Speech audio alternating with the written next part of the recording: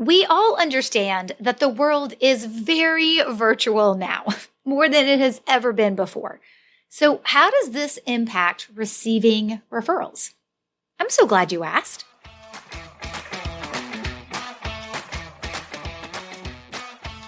Hey there, and welcome to episode 322 of the Roadmap to Referrals podcast, a show that proves you can generate referrals without asking or manipulation. I'm your host, Stacey Brown Randall. My journey from a business failure to a successful business now 10 years in, I know generating referrals naturally and consistently has made all the difference. Working with clients around the world, we leverage the science of referrals, protect relationships above all else, and help you build a referable business.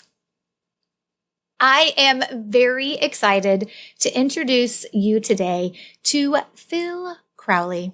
He is one of the members of my coaching program, Building a Referable Business, and he is now in his second year with me. I love it when my clients inside the coaching program continue on with me. We call it the maintenance plan. It's where they keep getting access to me so they can keep having, the ability to ask questions and keep their referral strategies going year after year if they want to. I've always built BRB, the coaching program, so that after a year, you're supposed to graduate. That's always been the point. But the truth is some people want to keep having access. And so we offer what we call the maintenance plan. It's just our renewal option. Maybe maintenance plan isn't the best positive word that I could use to describe it. It's just what I picked. So it is how we handle renewals within our coaching program. And some people renew and some people don't. And that is good as long as they get what they need while they are with us. So Phil is in his second year with me. And I'm excited for you to listen to our conversation about how he is generating referrals from referral sources that are not based in his home country. And his home country is the United States. He is an attorney. He's going to share a little bit about what he does, which is great. But I really want you to pay attention to how he does have a little bit of a dual referral source base, I would say. There are some, of course, that are United States based, but he works with clients across the pond, so to speak. And so he has referral sources that are not only are they not local to him, they're not even in the United States, and they are international. And so people ask me from time to time, hey, does the process work for referral sources, whether they're local or not? And I'm like, yes. Do we modify things? Of course. And you'll hear that a little bit in the conversation that Phil and I have. But I think it's really important that you understand, and I want you to be able to hear it when you're understanding what Phil talks about, how he's generating referrals and the amazing success that he had. But that I want you to keep in mind, he's doing that with people who he cannot go have coffee with. They are not just right down the street. They are not in his town. They are not in his city. And so we take what I teach within my strategies and we are able to apply them for wherever your referral sources are, of course, with some modifications. And you'll hear Phil talk about also some of the things that surprised him that he's still a year and a half in, I would say now. Maybe he was just, when we recorded this episode, he was probably just had renewed and was a couple months into his second year with me. But it's interesting because you'll hear him talk about things that he's still wrapping his mind around. Like, oh yeah, that's right. I'm getting that result because I'm doing this. And you'll hear me talk and remind him a little bit about you think it's that, but it's really this because you've been doing this. And so I recognize and I respect the fact that when people come into working with me and they start seeing it happen, sometimes it takes a little bit longer to be like, oh, right, that's because I'm doing the thing I'm supposed to be doing. So you'll hear Phil and I talk about that too. And it's awesome. So again, here is Phil. I'm going to link to all the ways that you can contact Phil if you are interested and want to learn more about him. He is an amazing attorney and I love having him in the program. But I'll link to all of his information on the show notes page for this episode, which is staceybrownrandall.com/322 for episode 322. Okay, let's get to the interview with Phil. Phil, I'm so excited to welcome you to the podcast. Thank you so much for being here. I'm very glad to be here, Stacey. I've got a lot out of your program and want to really enjoy the opportunity to talk a bit about it. Oh, well, I'm excited for us to dive into that. But first, let's make sure those listening know who you are. So will you tell everyone a little bit about your business and what you do? Sure. I am the managing partner of Crowley Law. We're a boutique law firm. We are passionate about helping life sciences and other technology entrepreneurs realize their dreams. Basically, to take great ideas from the laboratory bench to the patient's bedside, or from the garage or the dining room table out to the marketplace to enrich the lives of thousands or millions of people. I'm a former physicist. I refer to myself as a recovering physicist who wanted to have the feeling that I was helping people in a more direct way than I could through my physics research. And I found a home for the past 40 plus years in doing just that. I think that's incredible. I think hearing people's stories about like how they arrived at where they are with what they're doing, like it's like when I first met you, I never would have guessed you were a recovering physicist. And now, because to me, you're an attorney, right? Like, yeah, he's Right. an attorney. He does life science work, and this is awesome. And then you're like, yeah, and he was a physicist. You're like, oh my gosh, how smart is he? Like, that is incredible. I just think that's super interesting. And I'm glad you shared that tidbit with the audience so they could get to know you a little bit better too. And of course, just for everyone listening, I will link to all of Phil's information, like his website and any of his social media profiles, so you guys can go check him out and get to know him better. Okay, so when we first met, you know what? I don't actually remember exactly when we very first connected. I know you joined the coaching program, BRB, Building a Referable Business, last May, but you kind of like, I think you came into my world months and months before that. Do you remember how you originally found me? Well, I was looking for promising looking business books. I like to listen to books so that when I'm going about and driving around, or I'm on the elliptical, doing exercise, I got your book, Generating Business Referrals Without Asking, which really kind of struck a chord with me because I had been reading books by Robert Cialdini, the professor of psychology at the University of Arizona, and was so impressed with your focus on things that he articulated, particularly in his book, Persuasion. And so if I had to recommend books for listeners to purchase after they purchase Generating Business Referrals Without Asking, it would be Robert Cialdini's books. He's a very eminent scholarly researcher who has distilled some of his research into really very popular, very, at least to me, very interesting books about the human psyche, how to influence people. That's his book, Influence. And then how to frame issues in a way that gets people to agree with your point of view. And when I saw Stacy's book, I said, wow, this sounds like Robert Cialdini speaking and implementing some of the things he was talking about. And then in our conversation, you happened to mention that you taught a course based on Cialdini's book. So I can understand now why I saw such a great similarity. But Cialdini and his scientific study of how to influence people really aligns very, very closely with the approach that you have taken in trying to help all of us influence people in an indirect way to kind of circumvent people's natural resistance to a direct ask for things, to try to want to help us. And so in my experience, I've seen an uptick in the willingness of my referral sources, and my business is primarily driven by referrals. I mean, you don't go out to hire a lawyer to set up a startup company, to go out and issue $1 million or $2 million worth of Series A preferred stock by necessarily going out to the internet to look for somebody. You're not Googling that. Typically, although we are working towards that, because referrals are one of the channels that we will be using, but it's a very important channel for us, and one that I've benefited from. As I mentioned to you, at this point in time, I'm planning a trip to go to Europe with my wife, and on the way back, I'm going to stop at the offices of one of my artificial intelligence company clients. Well, I had been prepping them and using your techniques of thanking them with handwritten notes, which had to go to Scotland to get to them for referrals that they have made past. And on their own volition, they're at one of the premier accelerators in Scotland.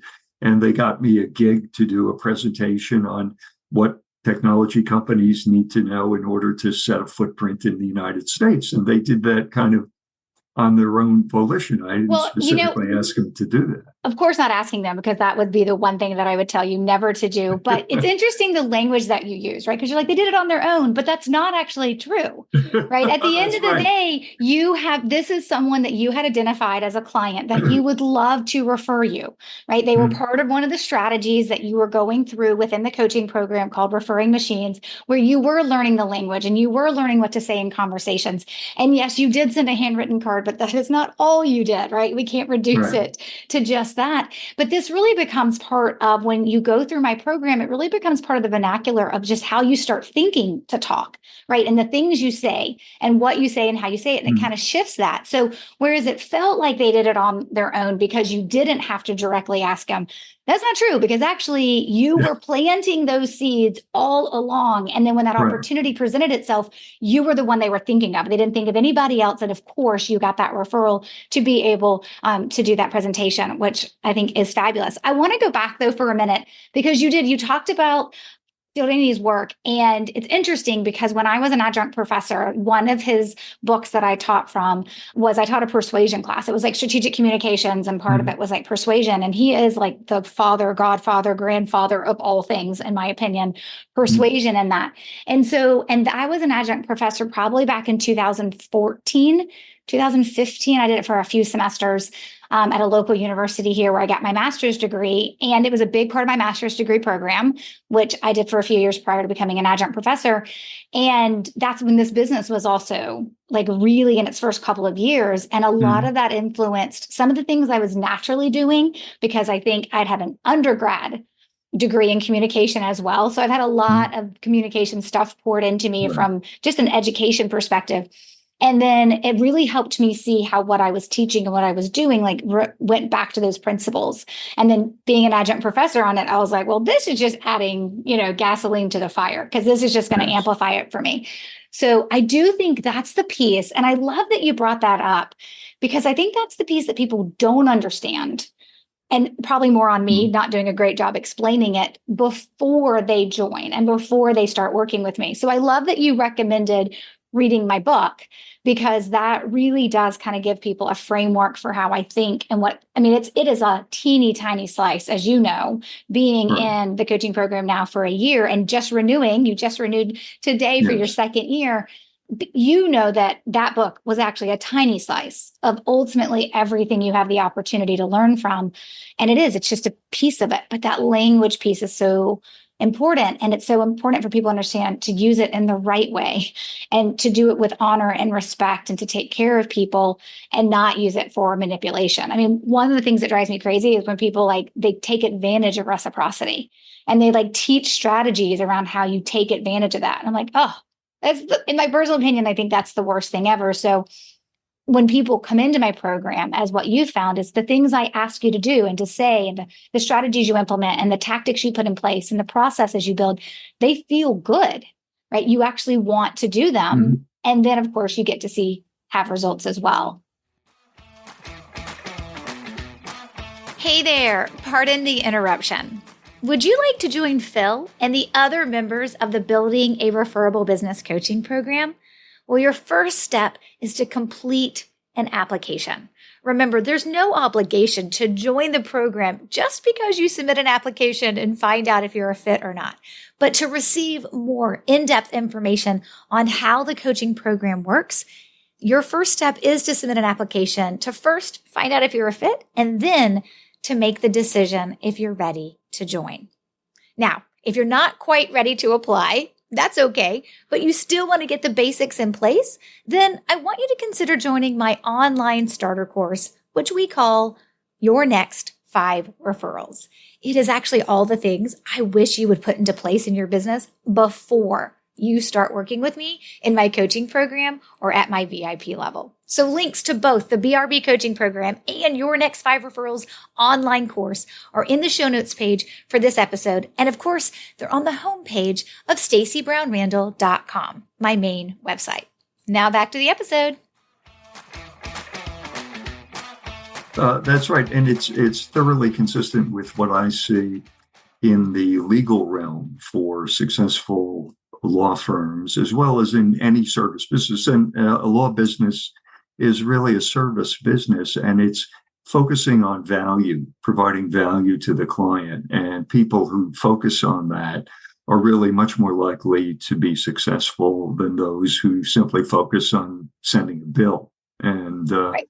I think that that's an important part of service businesses generally. And going back to your discussion of your book, I view your book as kind of taking Dr. Cialdini's book, Persuasion, and giving us some tactical, Right. practical methodologies. And then particularly the program itself, it has been very valuable in stressing what I now am learning about marketing generally, and that is, has to be systematic. It has to be regular. And I think the discipline of putting together a plan for reaching out to people throughout the year is really part of the intentional aspects of making increasing referrals a part of our regular practice. And I view it as, a part of marketing. I mean, people talk a lot about SEO. I think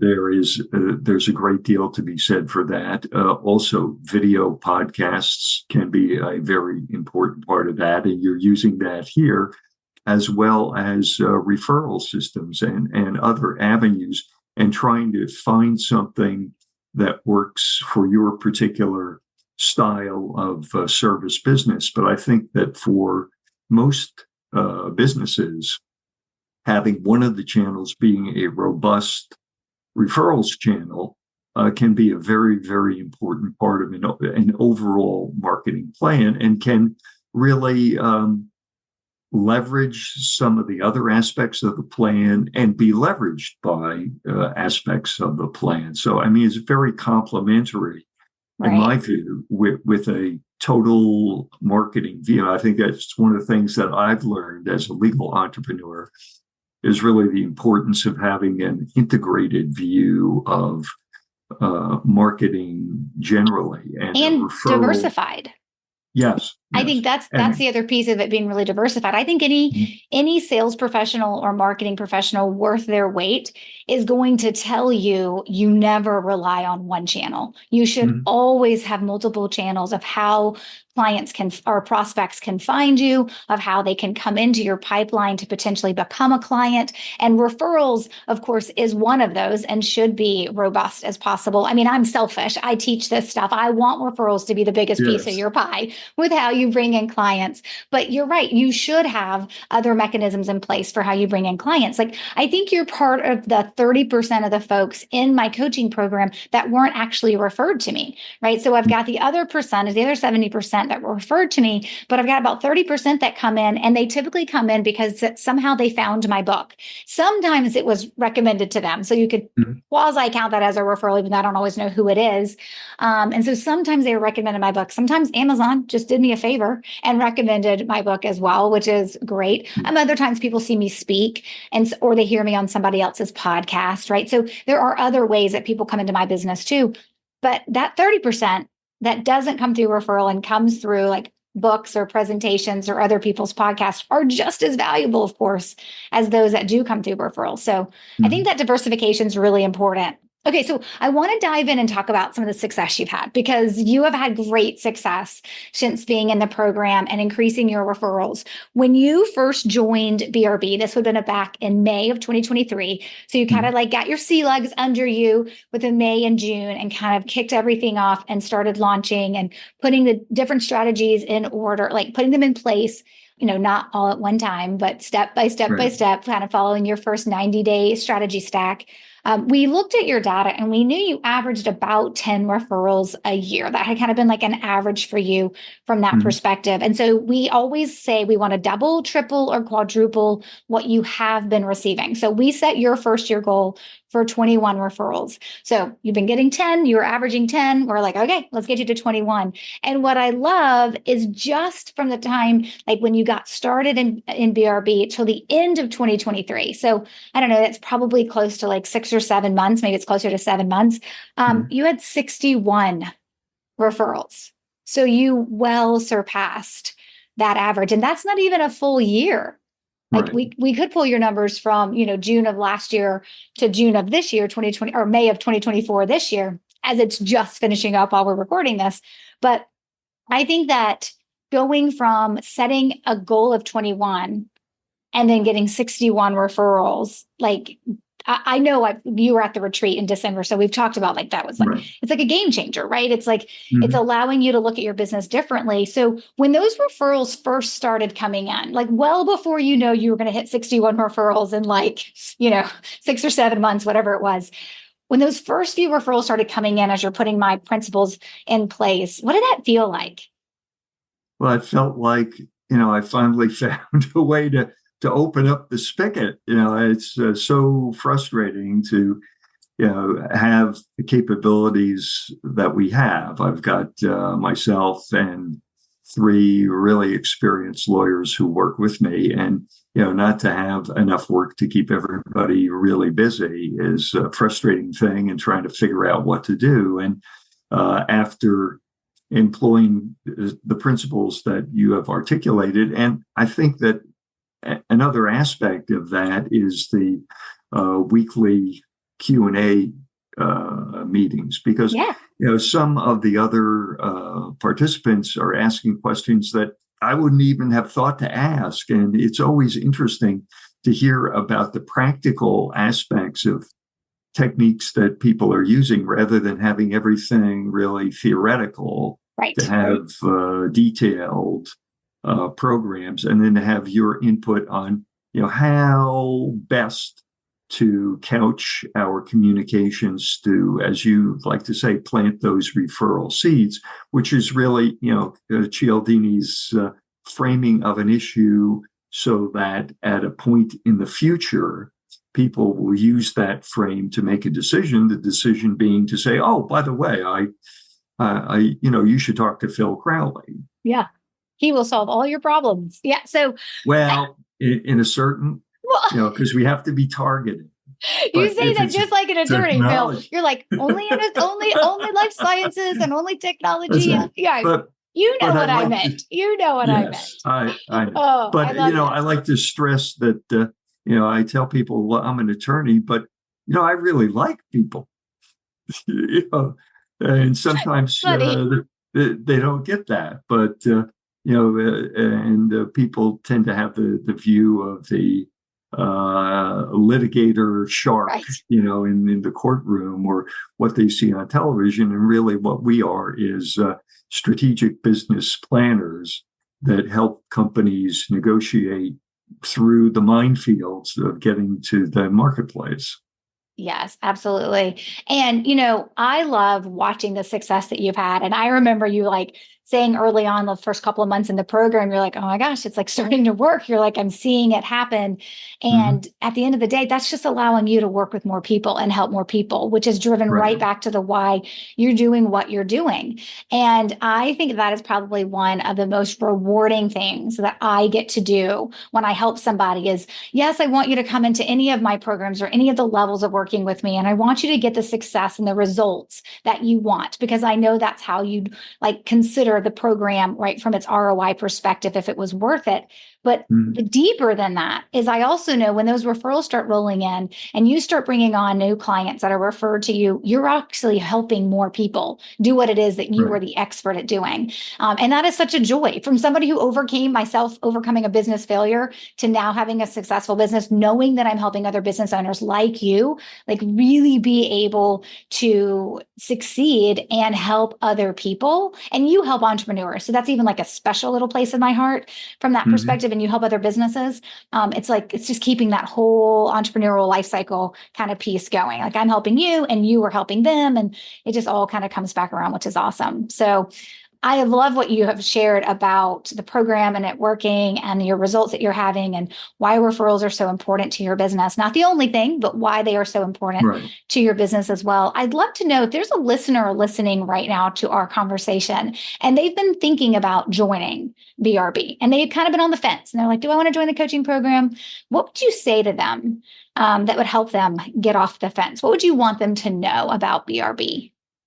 I think that being a member of BRB will expose you to the practical application of very powerful psychological principles that you can't really effectively learn in theory. You really need to see how they are applied and see how other people actually apply them. And it's one of those things where the experience of going through the program is so much better than trying to figure everything out on your own, and to have somebody there as a guide, Stacy, to help you figure out the optimal ways of doing what you're doing so that you're not doing something and just praying or hoping that it will work, but you're maximizing the chances that the work that you do in outreach will be successful. And so that's the reason why I think it was so valuable, why I've re-upped for the second year, because I think I have more to learn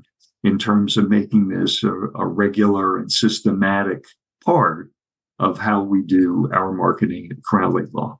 Yeah, I think could not have said it better myself. I think it's the idea that, and that's the one thing I found when I read different books, right? Like some of the ones that you mentioned and some other ones that I've read about referrals, like I was missing the tactical, but what do I do? How do I take what you said and put it into those practical, tactical application points? And you know this because now you've watched and gone through a number of my trainings. You know, I teach very much step by step because my brain is linear, for better or for worse, whether that's a strength or a weakness. My brain thinks linearly. It's like, okay, here, and then here, and then here. So that's also how I teach. But when you think like that, right? Theory is great, and understanding concepts and connecting dots and all those things and strategic thinking, like those are things definitely that any business owner has to be able to do. So I can do those things. But when it comes down to teaching somebody else, it's got to be tactical, and that has to come from a step by step.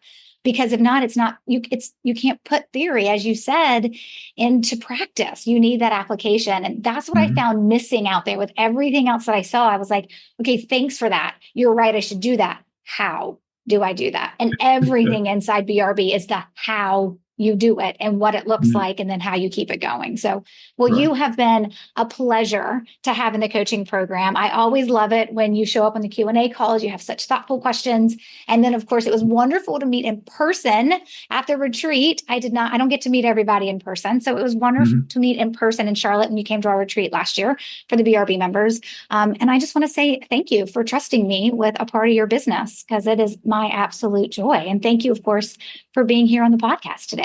My pleasure as well, Stacey. I am so glad to share this conversation that Phil and I had with you. It's really important for me that you hear from the people who made the decision to invest in my program and to hear the results that they're getting. Hearing direct from them, I think, is no better way for you to understand, okay, this is real, and this could be the reality for me and my business as well, which is why I love inviting my clients on to share their thoughts about referrals and then the strategies that they learned from me and implemented, and then, of course, the success that they had. Not everybody has super fast success. For some, it takes time to build. For others, they have more success than they can anticipate in 90 days. Everybody's journey is a little bit different, and it has everything to do with where you're starting from. But one of the things I love best about the coaching program, BRB, Building a Referable Business, is that I have designed it to meet you where you are. Now, that doesn't mean you come into the program and we set up what you're going to do and then you ghost me and yourself, right? You still got to do the work if you ultimately want to have the success that you hear Phil talking about, or anybody else that I've had on the podcast talking about their success as well. So it's really important to me that people hear from others to know, hey, there are real people in Stacey's program and they're having success. And guess what? Other business owners are making the time to do the work as well. And I think that is very, very valuable. So that's why I wanted to share Phil's journey with you. So I hope you enjoyed that conversation as much as I did.